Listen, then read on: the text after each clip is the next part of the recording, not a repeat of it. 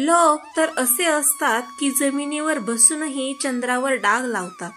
स्मरणशक्ती कमी असणे काही वाईट नाही। खूप बेचैन तेच लोक असतात ज्यांना प्रत्येक गोष्ट आठवते। कधी माफी मागितली तर कधी माफ केलं, काही नातं असं वाचवलं, कधी समजून घ्या तर कधी समजवा। खूप अडचणींचं उत्तर हेच असतं, मी माझ्या जागेवर बरोबर आहे आणि तो त्याच्या जागेवर बरोबर आहे। घरात 10 खोल्या असल्या तरी आई असलेल्या खोलीत खरी रौनक असते। तुम्ही खुश आहात ही चांगली गोष्ट आहे, पण तुमच्यामुळे कोणी दुसरा आनंदी असेल ही सगळ्यात चांगली गोष्ट आहे।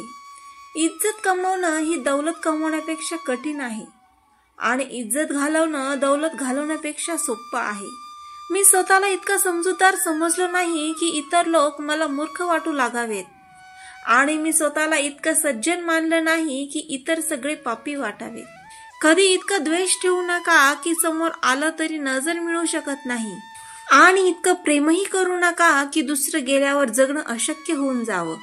मर्यादा आणि परस्त्रीची इज्जत या गोष्टी कोणतीही पदवी शिकवू शकत नाही, फक्त घरचे संस्कारच हे शिकवू शकतात।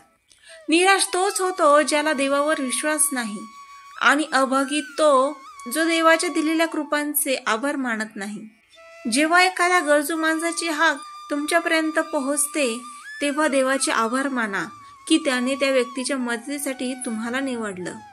प्रेम हे बालपणात मोफत मिळतं, तरुणपणात कमवावं लागतं आणि वृद्धपणात मागावं लागतं। कुटुंब सांभाळा मालक होऊन नाही तर माळी होऊन, जो सर्वांची काळजी घेतो पण अधिकार गाजवत नाही। हे प्रभू, अशी इच्छा नाही की मला संपूर्ण मार्ग कळो, फक्त इतका उजेड दे की पुढचं पाऊल ओळखू शकेन। कोणताही माणूस इतका श्रीमंत नाही की तो आपला काल परत विकत घेऊ शकेल, आणि कोणी इतका गरीब नाही की आपलं उद्याचं भविष्य बदलू शकत नाही। ज्या दरवाजातून शंका घरात येते त्याच दरवाजातून प्रेम आणि विश्वास बाहेर निघून जातात। वाईट माणसे शोधण्यापेक्षा त्यांच्यातील चांगले गुण शोधा। जेव्हा स्वतःच्या चुका स्वतःला जाणवायला लागतात तेव्हाच समजा ईश्वराची कृपा सर्वाधिक तुमच्यावर आहे। वाईट वेळ म्हणजे आरसा असतो जो खरे चेहरे उघडे करतो, आणि चांगला वेळ म्हणजे ढग जो कडाक्याच्या उन्हालाही थोपवतो। तुमच्या आनंदामागे जर कोणाचे अश्रू असतील तर तुमचा आनंद निरर्थक आहे। शब्द सुंदर असावेत, कारण लोक चेहरा विसरतात पण शब्द नाही विसरत। जर तुम्हाला प्रेम हवं असेल तर प्रेम द्या, मान सन्मान हवा असेल तर आधी इतरांना द्या। रागावून बोलणं थांबवू नका, कारण अनेक गुंतागुंती संवादातून सुटतात। घरात भरपूर रडावं पण दार हसून उघडावं, कारण लोकांना जर कळलं की तुम्ही आतून तुटलेले आहात तर ते तुमचं भावनिक शोषण करतील। प्रत्येक माणूस आपल्या योग्यतेनुसार चमकतो, इच्छेनुसार नाही। प्रेम ज्याला आनंद देतो जो देतो, आणि अहंकार त्याला समाधान देतो जो घेतो। घमंडाने बोलू नका, कारण काळ असा असतो की तो घमंडही मोडतो आणि बोलायच्या लायकीचा ठेवत नाही।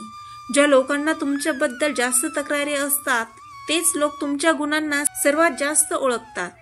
जो माणूस दुसऱ्यांवर प्रेम करत नाही, माफ करत नाही, इतरांचा आदर करत नाही, त्याने काहीच शिकलं नाही। दुःख माणसाला वाळूच्या भिंतीसारखं कोसळवतो किंवा खडकासारखं मजबूत बनवतो। इमानदारीचं फळ त्वरित मिळत नसलं तरी ते पुढच्या पिढ्यांपर्यंत पोहोचतं। भांडण झालं तरी संवाद बंद करू नका, शब्द हरवले की नाती गुंतात। कधी कधी ज्या माणसांशिवाय राहणं कठीण असतं तेच माणसं आपल्यापासून दूर जातात। तुमच्या प्रत्येक स्थितीला देवाकडे सोपवा, कारण जे तुम्ही आयुष्यभर करत नाही ते तो एका क्षणात करू शकतो। 2 हातांनी आपण सगळ्यांना मारू शकत नाही, पण 2 हात जोडून आपण कोट्यवधींची मन जिंकू शकतो। वृद्धांबरोबर थोडा वेळ घालवा, कारण ते तुम्हाला क्षणात अनुभवांचा खजिना देतात। जगणं हे सुंदर आहे, त्यावर प्रेम करा। रात्र असेल तर चालेल, पण सकाळची आशा ठेवा। कठीण वेळ येते पण तुम्ही स्वतःवर विश्वास ठेवा। आयुष्य तुमचं आहे, निर्णयही तुमचाच असावा। तर मित्रांनो, आशा आहे तुम्हाला हा व्हिडिओ आवडला असेल। असेच सकारात्मक विचार ऐकण्यासाठी माझ्या चॅनलला लाईक, शेअर आणि सबस्क्राईब करायला विसरू नका। यामुळे आम्हाला नवीन व्हिडिओ बनवण्यासाठी प्रेरणा मिळते। पुन्हा भेटूया नवीन विचारांसह. तोपर्यंत धन्यवाद.